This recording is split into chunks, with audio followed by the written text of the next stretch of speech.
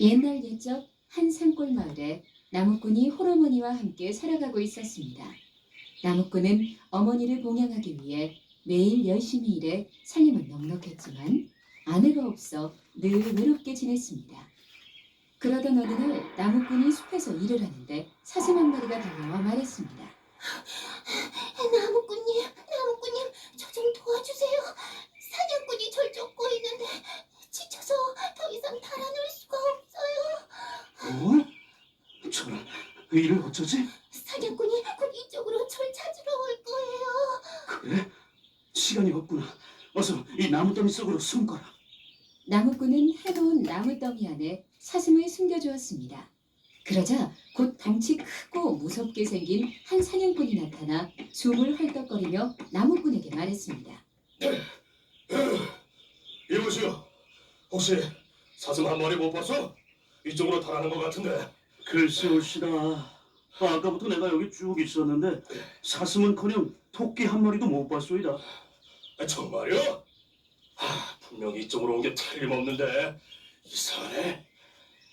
사냥꾼은 이상하다는 듯 고개를 갸웃거렸지만 나무꾼의 말을 듣고 자리를 떠났습니다. 잠시 후 인기척이 사라지자 나무꾼은 나무더미에서 사슴을 꺼내주었습니다. 자, 이제 나오거라. 사냥꾼은 내 말을 듣고 돌아간 것 같구나. 나무꾼님, 정말 감사드립니다. 당신은 제 생명의 은인이세요. 혹시 소원이 있으면 말씀해 주시겠어요? 네가 내 소원을 들어주겠다고? 그럼 한번 얘기나 해볼까?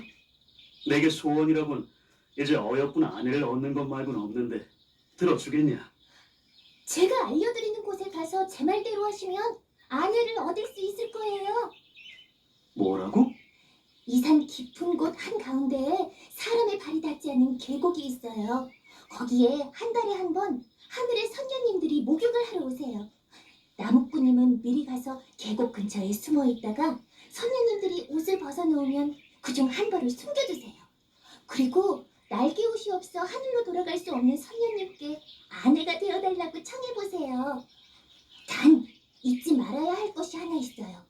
아이가 셋이 되기 전에는 선녀님께 절대 날개옷을 보여주면 안 된답니다. 뭐? 그게 무슨 얘기냐? 제 말을 잊지 말고 꼭 지키셔야 해요. 사슴이 떠나고 난 뒤 나무꾼은 나무둥치에 앉아 곰곰이 생각했습니다. 사슴이 해준 말은 너무나 허황되었지만 선녀를 아내로 얻을 수 있다는 말에 솔깃한 마음이 들기도 했습니다. 결국 나무꾼은 사슴의 말을 믿어보기로 하고 다음 날부터 매일 계곡에 숨어 선녀들이 내려오길 기다렸습니다. 그러자 하루는 하늘에서 오색빛이 비치더니 아름다운 선녀들이 내려와 날개옷을 벗고 계곡으로 들어가는 게 아니겠어요?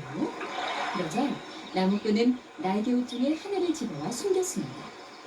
잠시 후 선녀들은 계곡에서 나와 날개옷을 입고는 하나 둘 하늘로 승천했습니다. 하지만 유독 한 선녀만이 날개옷을 찾지 못해 계곡 주변을 서성이고 있었습니다. 그러자 나무꾼이 다가가 아무것도 모르는 척 말했습니다. 아가씨, 이 험한 산속에서 혼자 무슨 일이십니까? 어서 댁으로 돌아가시지요. 제가 모셔다 드리겠습니다. 감사합니다만 돌아갈 수가 없어요. 갈 곳이 없으시다면 우선 저희 집으로 함께 가십시오. 감사합니다. 이렇게 나무꾼은 선녀를 데리고 집으로 돌아왔습니다. 그리고 며칠이 지난 뒤 나무꾼은 선녀에게 청혼을 했고 선녀도 이를 받아들여 나무꾼의 아내가 되어주었습니다. 세월이 흘러 나무꾼과 선녀는 어여쁜 두 아이를 갖게 되었지만 선녀는 언제나 가슴 한편에 하늘나라에 대한 그리움을 담고 살았습니다. 아이들이 자랄수록 하늘나라에 대한 그리움은 점점 커졌고 선녀는 나날이 야위어갔습니다. 하루는 보다 못한 나무꾼이 선녀에게 말했습니다. 요즘 왜 이리 앓는 게요? 무슨 걱정거리라도 있어? 실은 저는 하늘에서 내려온 선녀로 날개옷을 잃어버려 당신을 만났어요. 그런데 요즘 유독 하늘나라가 그리워 잠도 잘 수 없고 밥도 먹을 수가 없답니다. 나무꾼은 고민에 빠졌습니다. 날개옷을 숨긴 것이 마음에 걸렸던 나무꾼은 결국 아내에게 사실대로 털어놓았습니다.